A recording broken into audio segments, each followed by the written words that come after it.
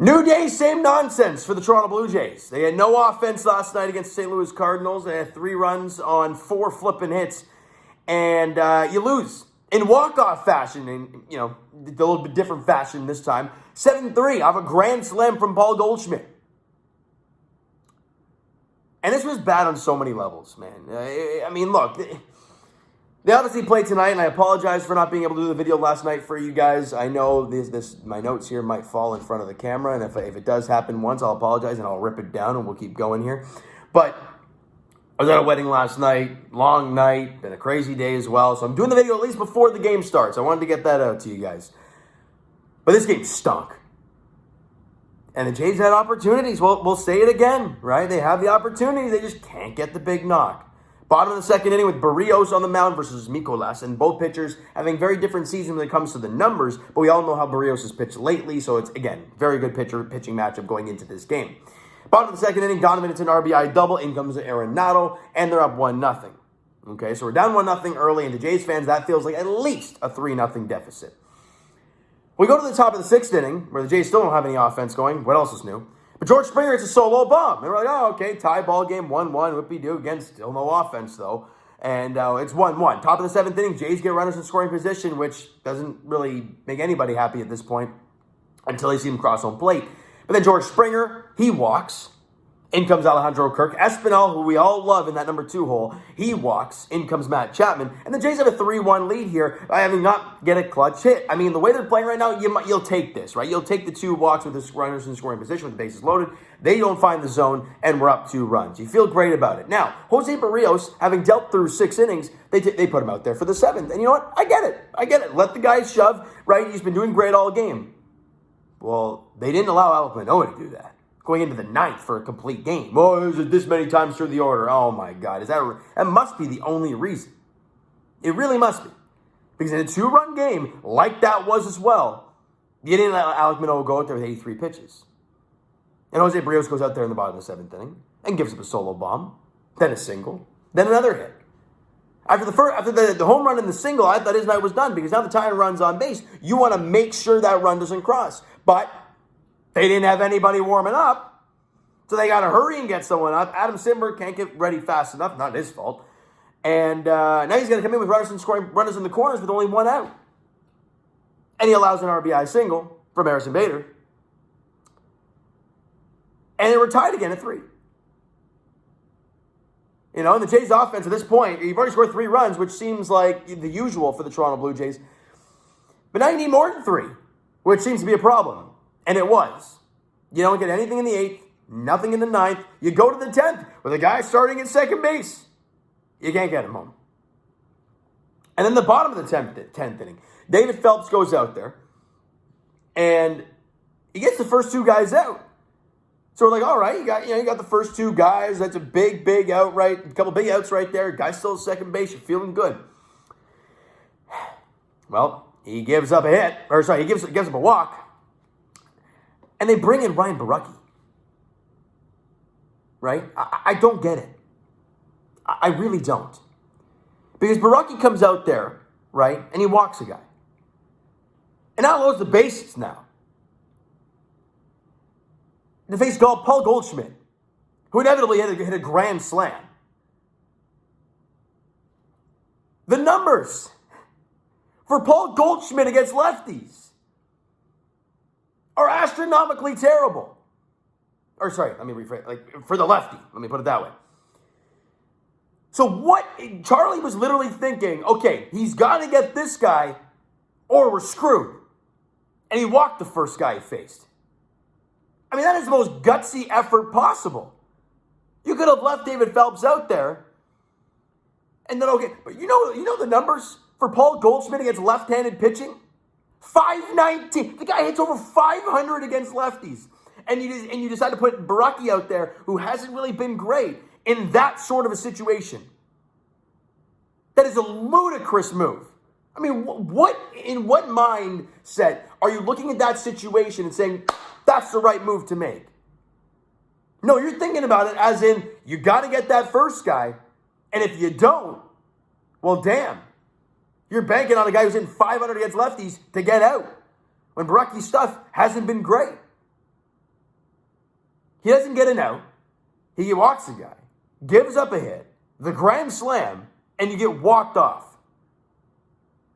This is a mixture of Charlie's buffoonery. Now, I may have just made up a word, but there you go.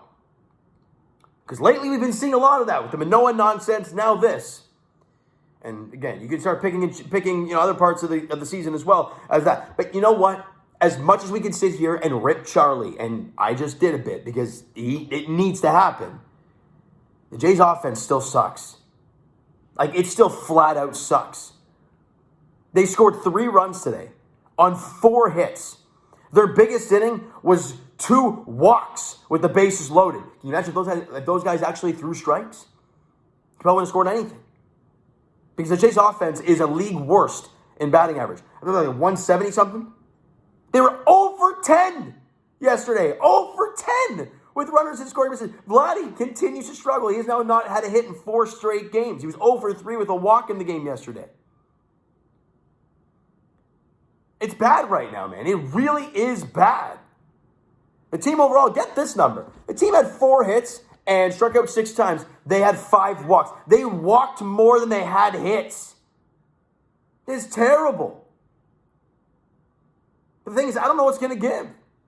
Like, are we going to sit here and say, well, fire Charlie? Well, is it fire the hitting coach? Or like, what's the thing? Because it's not like it's one guy struggling. It's basically the entire lineup except for maybe George Springer and Santiago Espinal consistently. Those are the only 2 guys, and that's why they're hitting 1-2. Because they're the only guys that can get on base here. I think Espinal had a hit, and he had a walk yesterday. Springer had a home run, and I believe he had a walk yesterday.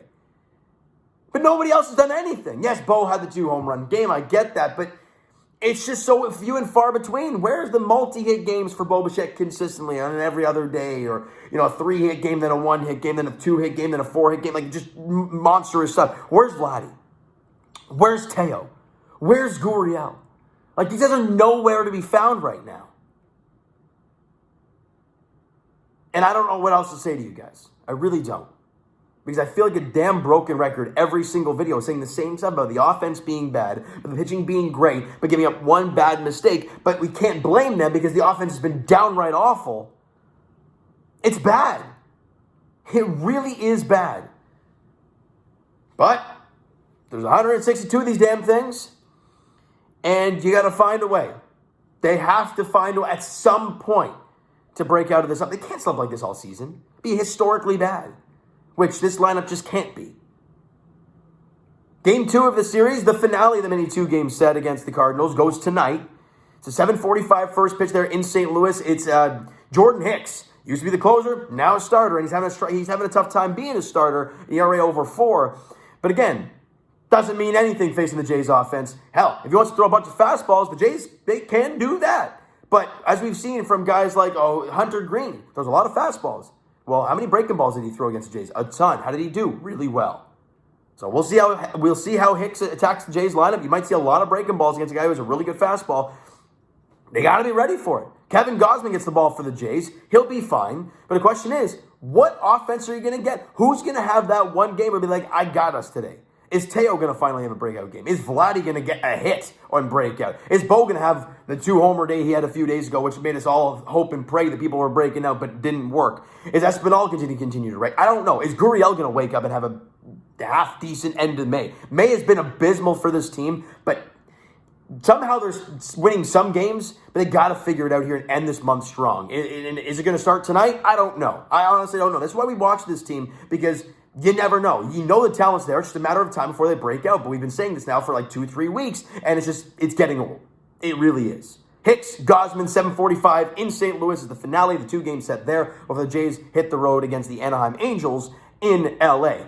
All right? So you know what, guys? That is going to do it for this one. If you enjoyed the video and definitely not the game last night, smack that like button. Do appreciate that. Hit the subscribe button if you guys not already. Comment down below. Thoughts on the video. Thoughts on the game last night. Give me everything. Your Charlie thoughts. Your Baraki thoughts. Your offense thoughts.